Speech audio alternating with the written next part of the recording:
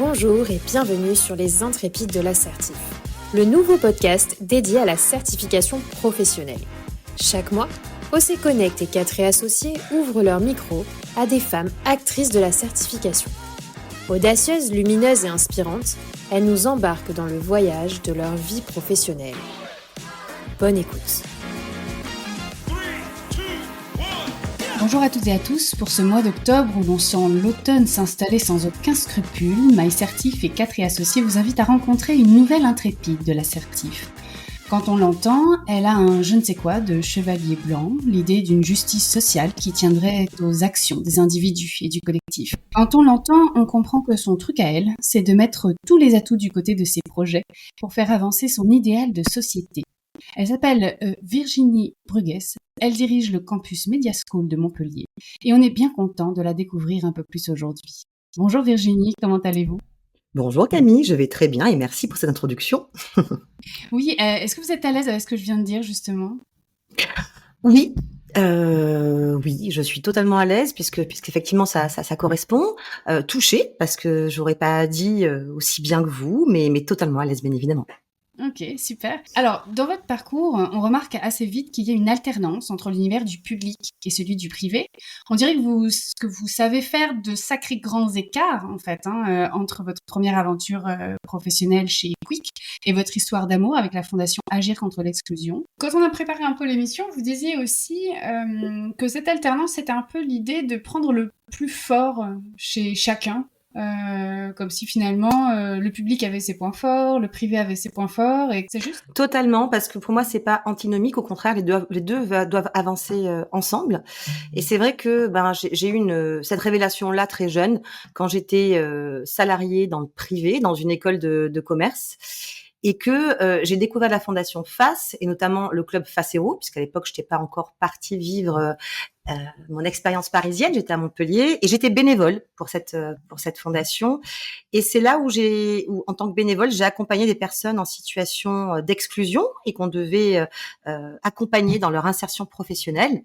Et effectivement, cette expérience m'a montré que en s'appuyant sur notamment les responsables RH des entreprises ou d'autres corps de métier, l'insertion professionnelle est plus forte. C'est-à-dire que dans le privé, en tout cas dans les entreprises, ce qui est sûr, c'est que on a des process, on a des façons de faire, on a une rapidité d'exécution et des compétences qui, mises au service de la société et de l'insertion professionnelle, sont fantastiques.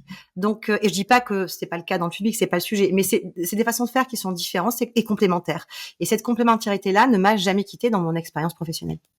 Vous avez une connaissance des institutions, vous connaissez l'environnement du monde politique, mais également l'univers des levées de fonds, du fundraising, des clubs d'entreprise, des comités de direction, de grands groupes.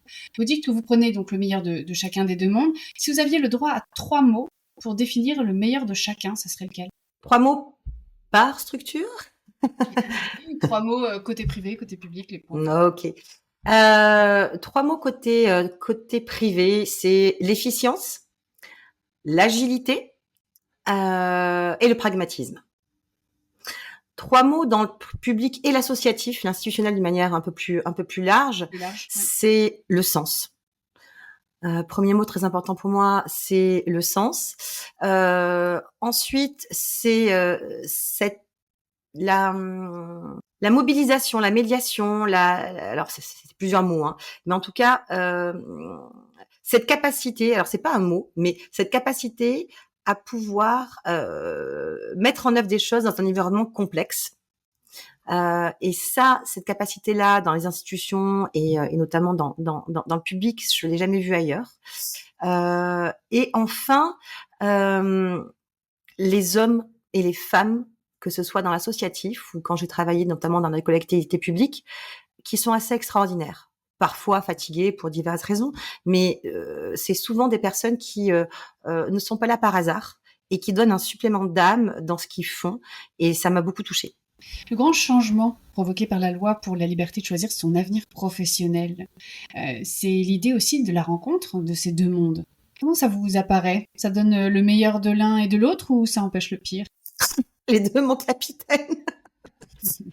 On va dire que, l'élan, et évidemment, l'élan et la caractérisation, le paradigme de départ, c'est pour le meilleur des mondes et effectivement l'aboutissement, bah, c'est un peu des 2, mais tant qu'on évite le pire, c'est déjà bien, non? Oui, on avance, on progresse. Vous avez raison. Vous avez dit: «Je suis incapable de faire quelque chose si je n'ai pas l'impression que c'est un ajout pour la société. Je ne peux pas vendre un aspirateur, mais je peux tout donner pour aider un gamin qui cherche du boulot». Pour Oui. vous, le secteur de la certification et de la formation va dans le bon sens pour les gamins auxquels vous pensez? Oui, totalement. Après, c'est, la façon dont, comment dire? Traduire, ces critères et les mettre en œuvre, et effectivement, il faut quand même garder une certaine agilité. C'est-à-dire que, pour moi, la certification est vraiment une feuille de route extraordinaire pour ne laisser personne sur le bas-côté, puisque beaucoup de choses sont rajoutées au fil de l'eau, puisque les choses évoluent. Les notions de handicap et de responsabilité sociale et sociétale sont de plus en plus prégnantes. Les notions également, d'insertion professionnelle, puisqu'aujourd'hui, dans le cadre des certifications, on a beau faire le plus beau dossier du monde, évidemment, si ça n'aboutit pas à une insertion professionnelle, ça ne fonctionne pas. Donc je trouve que ça va vraiment dans le bon sens. Mmh. À votre avis, s'il y avait, pour cette question de certification, des choses à améliorer, ça serait quoi? Oh, dure question. Des choses à améliorer, déjà peut-être, c'est complexe. Déjà peut-être, prendre en compte un petit peu plus, les, problématiques de certaines filières. C'est vrai que mais ça c'est compliqué, hein, c'était pareil sur, d'autres certifications, qui sont pas dans l'éducation, mais dans d'autres domaines. C'est, peut-être s'atteler un petit peu plus à travailler par filière en amont, pour voir s'il y a des choses qui sont plus facilement jouables dans certaines filières ou dans d'autres, sur, des obligations de stage ou des choses comme ça ou voilà. Donc ça, c'est peut-être se rapprocher un peu plus des filières. Peut-être aussi, Vous voulez dire, par exemple, qu'il y a des secteurs où le stage est plutôt une manière, de s'insérer dans l'emploi, d'autres, c'est pas du tout ça et du coup, la c'est lecture, ça, c'est ça, du dossier serait pas le même selon, la exactement. connaissance du fonctionnement, en fait, du Ouais, secteur. c'est totalement ça. Ensuite et là, je vais peut-être pas, dans le sens de l'histoire, mais également avoir un regard un petit peu plus heureusement qu'il y a des structures, comme la vôtre pour pouvoir accompagner des écoles qui sont enfin pas partie d'un groupe. Alors moi j'ai de la chance, j'ai beaucoup de chance, hein, chez Media School, on fait partie d'un groupe qui a taille humaine, avec un service pédago qui est, qui est très, très, très, très, très, pertinent, carré et qui connaît par cœur, tous les rouages de la certification. Mais il y a des écoles qui font pas partie de groupe et qui, elles, font un travail pédagogique extraordinaire auprès de leurs étudiants, mais qui n'ont pas en leur sein des personnes qui ont cette compréhension fine d'écriture, des compétences, par exemple. C'est vrai que c'est quand on lit le Vademecum, moi je me suis régalée à lire le Vademecum parce que j'aime ça, parce que j'ai un esprit complexe, que j'ai fait des RH, que j'aime la pédagogie et voilà. Mais c'est vrai que c'est parfois complexe. Donc entre une homogénéité qui est demandée en termes de qualité et à la fois la problématique et qui est normale, mais peut-être imaginer un accompagnement différent ou une traduction de ce vadémécum. Oui. Alors, je vais prendre un exemple bête, donc qui n'est pas bête. Dans une vie antérieure, quand je travaillais à Paris pour la Fondation FACE, encore une fois, j'ai eu la grande chance de travailler à l'adaptation du cahier des charges du label diversité pour les TPE et les PME parce qu'il y avait la même problématique. Parce que quand on a lancé la belle diversité, on s'est aperçu avec la FNOR, on s'est aperçu au bout d'un moment qu'il y avait que des grands groupes qui obtenaient le label. Et on se disait pourquoi. Bon, il y avait plusieurs problématiques de coût déjà, hein, évidemment, de temps parce qu'il faut du temps homme aussi. Ça c'est vraiment complexe et ça c'est également la même chose pour la certification. Mais il y avait aussi cette complicité de compréhension, c'est-à-dire qu'on n'est pas tous des ingénieurs pédagogiques. On peut avoir une école qui forme réellement des gens sur certaines niches. Je pense au cinéma d'animation, aux jeux vidéo, par exemple, enfin tout ce qui est SSC ou à d'autres choses. Il y a des petites niches comme ça. Il y a des écoles qui sont excellentes, mais qui font pas partie d'un groupe. Donc, il n'y a pas d'ingénieur pédagogique qui va pouvoir traduire. Et c'est vrai qu'à première lecture, quand on n'est pas dedans, c'est compliqué. Donc, ce qu'on avait fait nous à l'époque pour le label diversité avec la FNOR, on avait adapté d'abord le cahier des charges. On l'avait vraiment adapté parce que, ben voilà, avec une simplification, pas forcément en termes de qualité, mais en termes de process. Voilà, une petite simplification. Et ensuite, on avait écrit une sorte de guide pour les TPE-PME avec des mots plus simples, en expliquant. Et ça, j'avais trouvé ça vraiment chouette, parce qu'ensuite, on a vu le résultat qui a été concret. On a eu beaucoup plus de TPE-PME qui ont pu y aller, parce que dès qu'elles lisaient ce cahier des charges, elles avaient un premier réflexe de recul. Et j'ai vu effectivement que beaucoup ont ça. Et même, je reviens sur Media School, on a, nous, encore une fois, des ingénieurs pédagogiques de qualité au niveau du siège, mais quand les directeurs ont envie, eux, de comprendre et qu'ils lisent le Vademecum, on a de très bons directeurs d'école, mais qui n'ont pas cette culture-là forcément d'ingénierie pédagogique. Ces compétences RH, pourquoi dire, c'est quoi une compétence C'est quoi comment est-ce qu'on peut décrire une activité Comment on décrit une activité Enfin, donc, encore une fois, quand je regarde vraiment le Vademecum et ce cadre qui a été mis en place par France Compétences notamment, c'est excellent. Ça va dans le bon sens parce qu'on forme des jeunes. Enfin, c'est l'enseignement supérieur, notamment, enfin privé en l'occurrence là. C'est un coût pour les parents. C'est un coût pour les entreprises, en tout cas dans le cadre de l'alternance, en tout cas les OPCO. Donc c'est de l'argent public aussi. Donc il faut pas faire n'importe quoi. Et puis il s'agit de former, voilà, les professionnels de demain. C'est du sérieux. Donc oui, ce cadre, il faut qu'il soit comme il est aujourd'hui. En revanche, effectivement, ce qui manque, c'est l'accompagnement et l'explicatif pour que les petites écoles ne soient pas mortes, qui font un travail fabuleux. C'était juste, voilà, c'est juste ça. Ne ne soient pas des dommages collatéraux. Ouais, voilà, c'est ça. Alors, dans votre monde idéal, Virginie, celui pour lequel vous vous levez le matin, à quoi ressemblerait la liberté de choisir son avenir professionnel? Waouh! Vous avez 3 heures devant vous? C'est exactement ce que j'allais vous dire. Vous avez 1 heure, je suis vachement plus. Vous avez 1 heure, attention. Je suis vachement plus sévère. Non, alors dans le monde idéal, la liberté de choisir son avenir professionnel, c'est déjà la liberté de se tromper. C'est-à-dire que si j'ai une chose que j'aimerais transmettre de mon parcours, puisqu'on est un petit peu là pour ça aussi, c'est j'ai changé plusieurs fois de formation professionnelle, j'ai changé plusieurs fois, comme on l'a dit tout à l'heure, d'environnement, public, privé, associatif, fondation, plusieurs fois de métier et justement, et je trouve que ça va aussi dans le bon sens, puisque je suis pas toute jeune et qu'à mon époque on pouvait pas vraiment passer d'une formation universitaire à une formation dans une école privée, que les titres n'étaient pas forcément. Je l'ai fait, Je rappelle que vous avez un master en psychologie clinique. Et puis vous avez basculé dans les RH par votre expérience chez Quick. Donc vous êtes le cas, l'exception qui confirmait la règle à l'époque, c'est ça? Non, mais j'ai une énergie voilà. Après, moi, je suis un petit peu obsessionnelle, donc je n'ai jamais rien lâché. Et de toute façon, pour des gens comme moi, c'est toujours qui ont cette énergie-là. Les choses sont peut-être moins compliquées que pour des personnes qui sont moins obsessionnelles, qui sont plus équilibrées. Donc, ce que je veux dire, c'est que à l'époque, c'était moins évident. Aujourd'hui, ça l'est beaucoup plus. Il y a beaucoup plus donc effectivement, moi, en tout cas.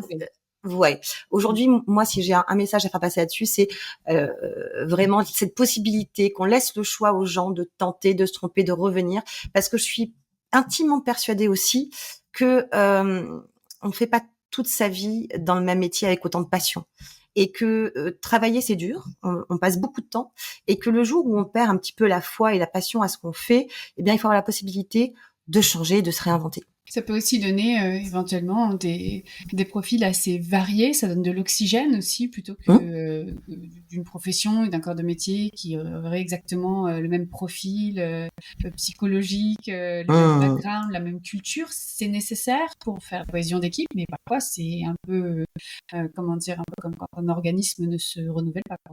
C'est exactement ça.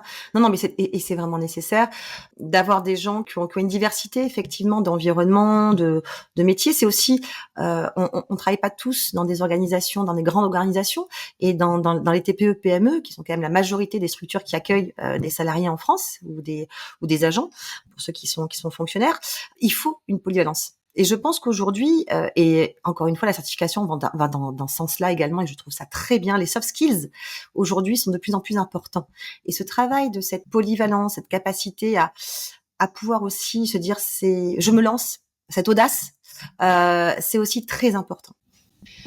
Je voudrais revenir sur l'idée, comme vous disiez, du droit de se tromper et Mmh. de l'idée que les trajectoires professionnelles peuvent être finalement modularisées. Quand vous vous retournez, vous, sur votre trajectoire professionnelle, quelles sont les compétences principales qui ont été transférées à chaque fois, vous voyez, de votre première expérience jusqu'à maintenant? Alors, l'agilité. C'est-à-dire que, j'ai commencé dans différentes structures, qu'elles soient privées, publiques, petites ou plus grosses, qui à chaque fois étaient en pleine, évolution, ce qui finalement est le cas de beaucoup de structures assez régulièrement. Il y a beaucoup de changements tout le temps et j'ai une capacité d'adaptation et une agilité qui a été, construite, hein, grâce à ces expériences et que j'ai pu remobiliser à chaque fois et pour moi, c'est important. La deuxième compétence, c'est la gestion de projet que j'ai retrouvée dans toutes mes expériences. C'est-à-dire quoi que je fasse, dans n'importe quel secteur d'activité, cette compétence a été vraiment première. C'est-à-dire que quoi qu'on fasse, on a de toute façon à gérer un projet avec des gens. Ensuite, ça a été le management parce que quand je travaillais chez Quick, j'étais étudiante, c'était pour payer mes études, mais assez rapidement, on m'a promue leader et manager et avec mes études de psychologie, et puis RH, etc., c'est le management aussi. Tout ce que j'ai fait depuis l'âge de 22 ans, ça a été entouré de personnes et savoir manager des gens. Alors parfois on fait pas tout bien, bien évidemment, mais c'est aussi reconnaître qu'on fait mal, savoir également dire à ses collaborateurs quand on se trompe. Donc voilà. De tout ce que vous avez vu, entendu, appris dans la vie, vous avez envie de dire quoi de précieux aux jeunes générations, aux étudiants, aux jeunes certifiés, à part le fait d'avoir le droit de se tromper? Vous avez le droit de vous tromper. Non, je rigole. Soyez audacieux. Et ça, je vais peut-être le dire particulièrement aux jeunes femmes. Parce que dans mon expérience de management, les hommes avaient un peu plus d'audace dans le sens où ils pouvaient venir me voir en disant je suis capable de faire ça et d'ailleurs je devrais être payé pour ça puisque j'en suis capable et je sais faire. Les femmes que j'ai managées venaient vers moi en me disant ça fait 3 ans que je fais ça. regarde, j'ai des résultats. Et ce projet, donc voilà, donc de l'audace, ne pas avoir peur d'aller sur un terrain qu'on ne maîtrise pas tout à fait. Et si on maîtrise pas tout à fait ce terrain et qu'on y va quand même, en revanche, pour pas être déceptif, et puis pour soi-même d'abord, il faut se donner les moyens de rien lâcher, c'est-à-dire peut-être plus travailler. Et c'est pas une question forcément de confiance en soi, puisque je suis pas sûre d'avoir beaucoup confiance en moi. En revanche, c'est une audace qui se dit, de toute façon, si c'est pas moi, ce sera quelqu'un d'autre, et pourquoi pas moi? Et puis si j'ai envie de le faire, faut que je le fasse. Et puis je crains quoi? Qu'est-ce qui va se passer?